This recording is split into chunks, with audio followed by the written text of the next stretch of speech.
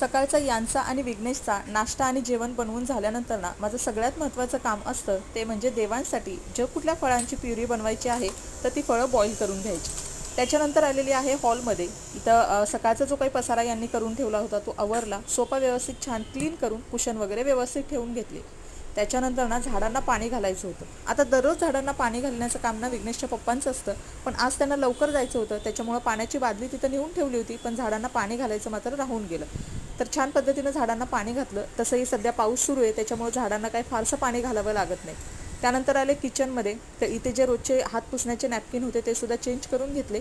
आणि त्यानंतर ना घरामध्ये सगळा झाडू मारायचा राहून गेला होता, कारण सकाळी खूप गडबड असते. सगळ्यांचं सगळं आवरल्यानंतर निवांत मी झाडू मारून घेते 9:30-10 वाजता.